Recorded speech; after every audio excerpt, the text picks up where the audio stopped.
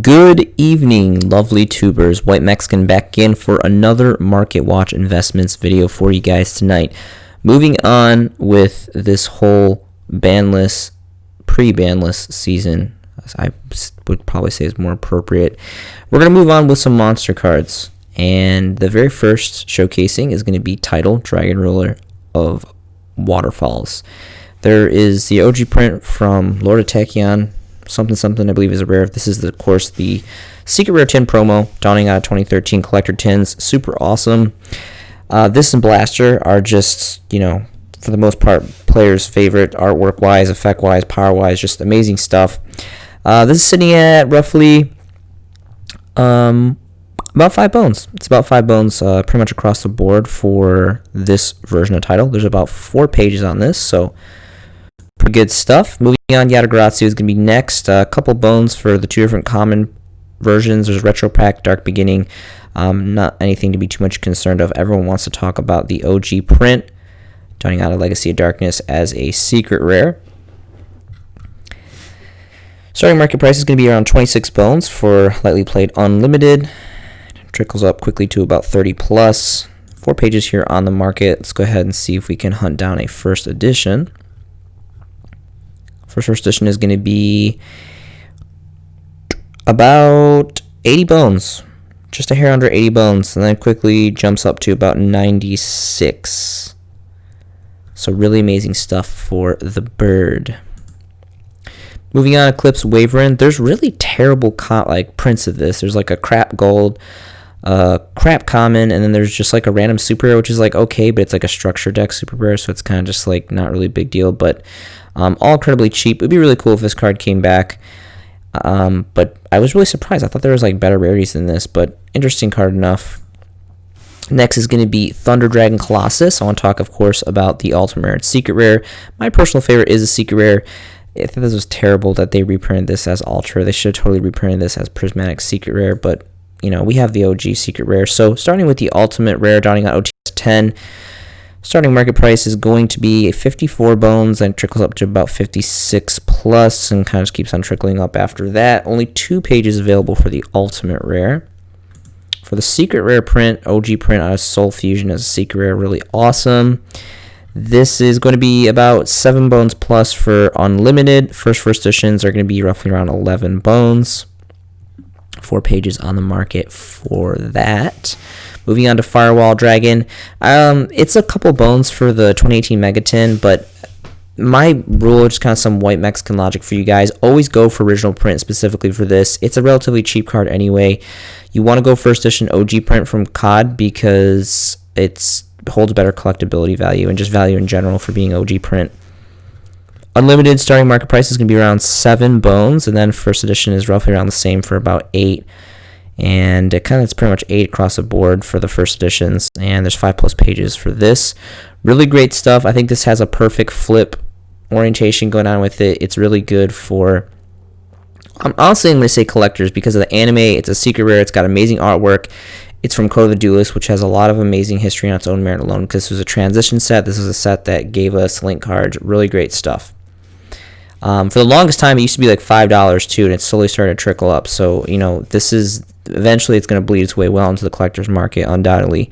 Next is going to be Heavy Metal Foes Electromite. Of course, there's the 2018 Megatins, which, around 8 bones. But the OG Extreme Force Secret Rares are actually holding a pretty fat price point, at least for the first editions. You can see starting market price is about 6-ish, 7 bones for the Unlimiteds. Starting, then it jumps all the way up to 12 plus for the first editions, and there's 5 pages on the market for that. Really cool card if this came back. Summon Sorceress. I want to talk more specifically about the OG Ultra Rare Shonen Jump print. Of course, it's pennies on the dollar for the Super Rare Special Edition promo, but everyone's gonna want it. I really wish that we would get this in a Secret Rare. This is really cool artwork, and I think it would look really nice as a Secret Rare. I'm a little biased because Secret Rare is one of my favorite rarities, but it's about 6 bones. 5 bones for. How does this work out? This kind of, I guess, because technically this is cheaper. Anyway, it's interesting. So yeah, roughly around 5-6 bones across the board for the OG print of Sorceress. Moving on here to one of my favorite synchro cards. Really like this card a lot. Ancient Fairy Dragon, a lot of awesome prints here. So, of course, there's the amazing Ghost Rare, which is holding a pretty fat price tag here, about 61 plus, 61 and a half bones for the first market price. There is 3 pages here on the market. Quickly jumps to 100 plus.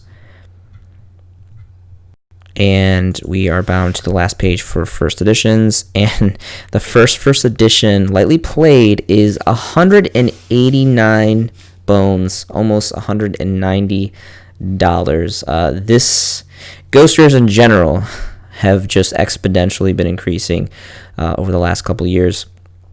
I actually used to have one of these near mint first edition. Sold it. I think I sold it for about like $100 or so several years ago. So might have misplayed on that. It's like about 5 times as much now. So you live and learn. Next is going to be Ancient Fairy Dragon. This is going to be the 2009 Collector's Tin Secret Rares, and these are going to be about 4-ish bones. And there's 4 pages of that. Also pretty nice. I really do like the Tin Secret Rare promos personally. Of course, we got the Ultimate Rare, dawning on Ancient Prophecy as well, same set as the Ghosts. Starting market price for these for lightly played unlimiteds is going to be roughly around 30 bones, and then there's 4 pages here on the market. And the first editions that we're going to get is on the second to last page for a whopping 121 bones, and quickly trickles up to 130 after that. So pretty incredible.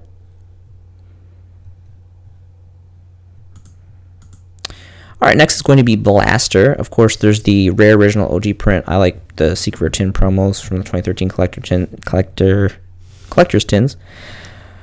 Personally, this is going to be about 4-ish bones if you factor in shipping, pretty much all across the board, and then goes to about 5. There's only, surprisingly enough, there's only 3 pages of this, and these are all 1 stack, so very, very interesting. I love these tins so much. I really hate how tins come with unlimited packs. I think it would be a really smart investment if Konami invested into manufacturing tins with first edition packs. I think they would be a little bit more sought after. But in general, I think the majority of players really buy in to the annual tin. So we'll see what happens with that.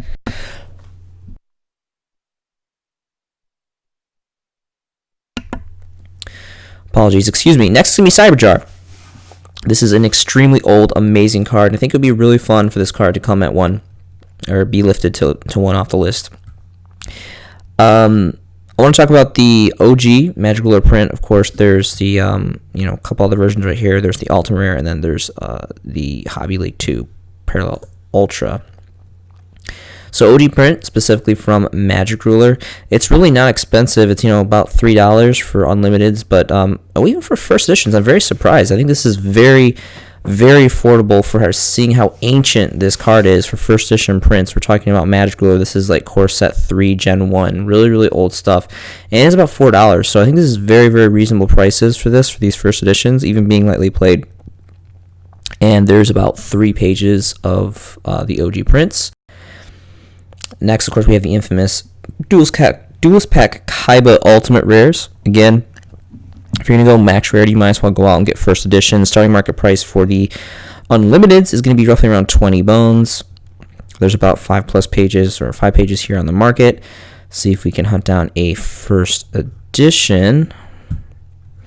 And the first edition here is on the 3rd page for 51 bones. So near mint as well. So really, really great. I have 2 of these personally, first edition, ultimate. They look really nice. I also have a couple of the Parallel Ultras dawning from Hobby League 2, which are really, really nice. Hobby League in general has just been, it's definitely bleeding its way into the collector's market, and just the availability is just running out or something, because pretty much all of the Hobby League cards have been going up pretty exponentially, so it's been pretty great. About 19 bones starting market price for this, pretty much all across the board. These are all like 1 stack, except for this 3 stack and this 2 stack here. And only 3 pages, so pretty interesting stuff. Again, you got to be careful with these, because I believe Upper Deck manufactured these. The card stock is different formula. It's a little bit thicker. These tend to bow, and I don't think you can play at a higher echelon of games besides locals, I think, with Hobby Leagues or something like that. I'm not really sure what the exact ruling is, but Dandelion's going to be next. Super rare is like, $1, Same with the Duelist Saga Ultra Rare. And then there's the Jump one, I guess, which is between 4 and 10 apparently for the Ultra Jump. But I want to talk more specifically, of course, about the Ultimate Rare with a starting market price of 41, and then it quickly jumps to 50 for Spanish, and then 53, and then kind of trickles up after that. Only 2 pages of the Ultimate Rare version. And then, of course, my personal favorite is the Secret Rare Downing Eye Legendary Collection 2. Completely love the Legendary Collection reprint sets, and this is just my favorite version. I have several copies of this first edition Secret, and this looks really great. It's very affordable, too. I mean, it's like 2 bones for all you played first, and here's another one right here. So really, really great stuff, 5+ pages. I think this is the best rarity for, most affordable best rarity. Healthy alternative, I like to say. Next is going to be Fairy Tale Snow. Of course, this is the reprint super rare out of OTS Pack 5. I think that this card could definitely go to 1. It's very, very good, even at 1. And I think it's about time that this card gets lifted at least to 1. And this is, of course, the highest rarity. It's sitting at about a little over 3 bones plus, and then it jumps to about 5 after that. And there's about 3 pages of this card. Really great artwork, too. I love the OTS Supers. They manufacture them very, very well. Next is going to be Fiber Jar. There's a Dark Beginning 2 rare, which is between 4 and 6. Even the commons, they're like 3+ from Legendary Collections 4. An amazing set. That and Legendary Collections 3 are some of my all-time favorite sets. Legendary Collection 3 is my favorite set. They're just really great stuff in there. High rarity, old, great stuff. I want to talk about, of course, the OG print from Legacy of Darkness. We're talking about Generation 1. Really nostalgic, really awesome. This card is like as old as the ban list itself. It's extremely old. It's right up there with like Yatagarasu and all that. Again, another LOD card.